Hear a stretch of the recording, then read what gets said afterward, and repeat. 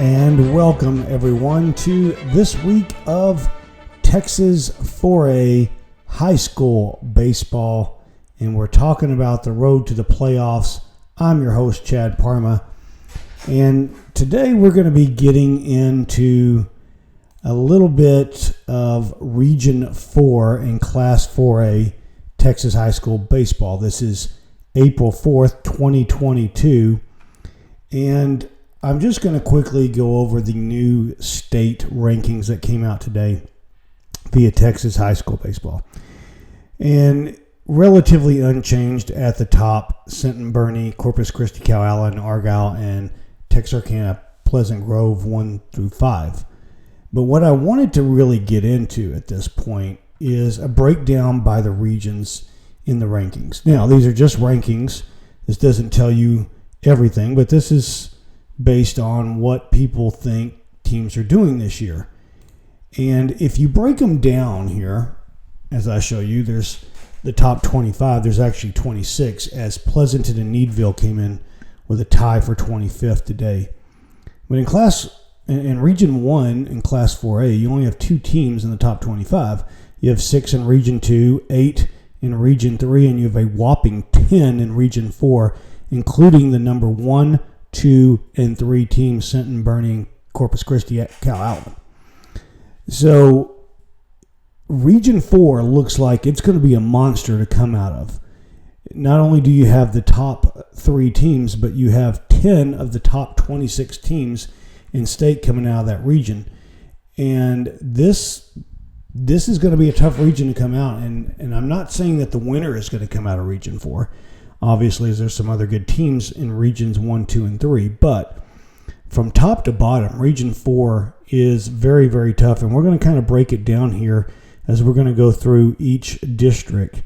And we're going to start with District 25 and District 26.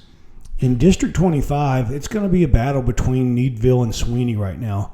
And they played last week to a 1-0 win, and that one went in extra innings, went into the 8th inning, and Needville won that one 1-0 on a walk-off base hit by Coy Pierce.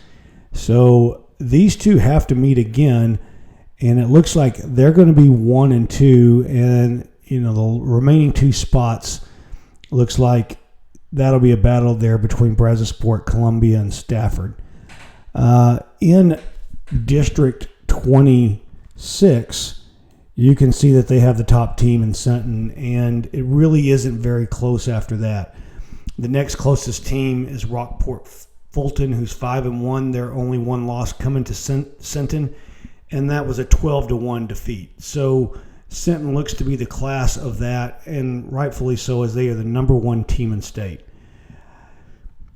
Now, quickly shifting over, we'll move over to the next 3 regions or districts, and we'll go through 27, 28, and 29. In 27, they start district play this week, but Navarro Panthers, they seem to be the cream of the crop there. All 4 teams will make the playoffs, as 4 teams from each district go, and there's only 4 in that district, but Navarro seems to be the top dog there. We'll see what happens this week.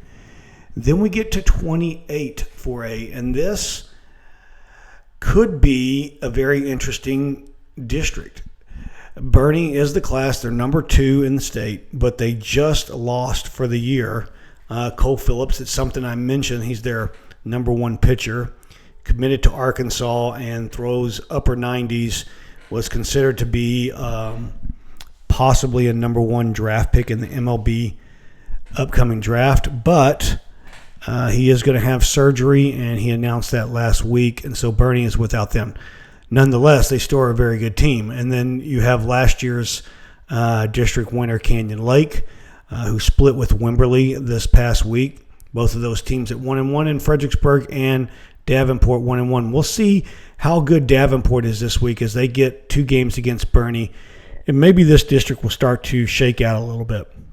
In 29 4A, they start district this week as well.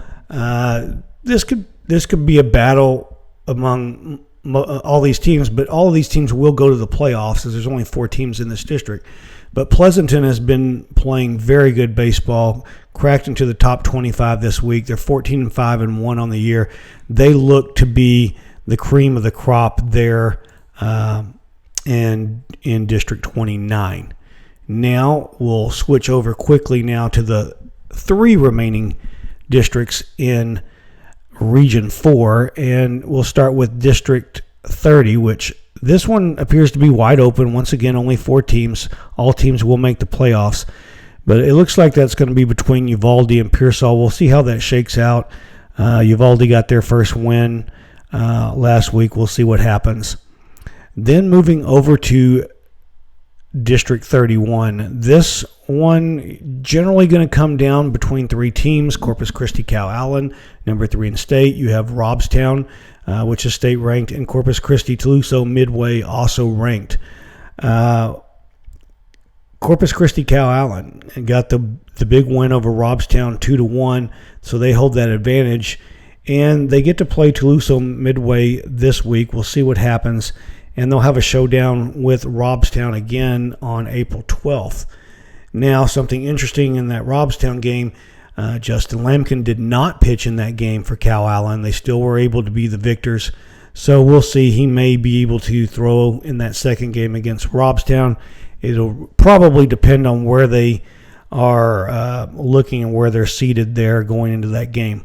And then District 32, Hidalgo is 4-0. And this appears to be a 3-horse race right now: Hidalgo, Rio Grande, and Raymondville. And then quickly, we'd like to go over who was announced as the Player of the Week. And he did come from the District 31 4A, and that was Roberto Perez at Calallen. He's a senior. Last week, he was 8 for 9 with 4 doubles, a triple. He scored 3 runs, had 8 RBIs, a couple of walks, and a stolen base. So that's rounding out the outlook for this week beginning on April 4th, 2022 for Class 4A Region 4, which I think is going to be a monster region. We'll have to see what happens at this point. But you've got some big teams there, and, you know, Bernie losing Cole Phillips is a big blow. Calallen certainly, with Justin Lampkin looking very strong, and Sinton, of course, number 1 with multiple Division I commits already. They appear to be the top teams there. We'll see, though. We've got other teams that are looking to make their mark. This will be a big week in Texas high school baseball. Stay tuned as we will come back to you next week and give you a better synopsis of how this is playing out. So long for now. This is Chad Parma, over and out.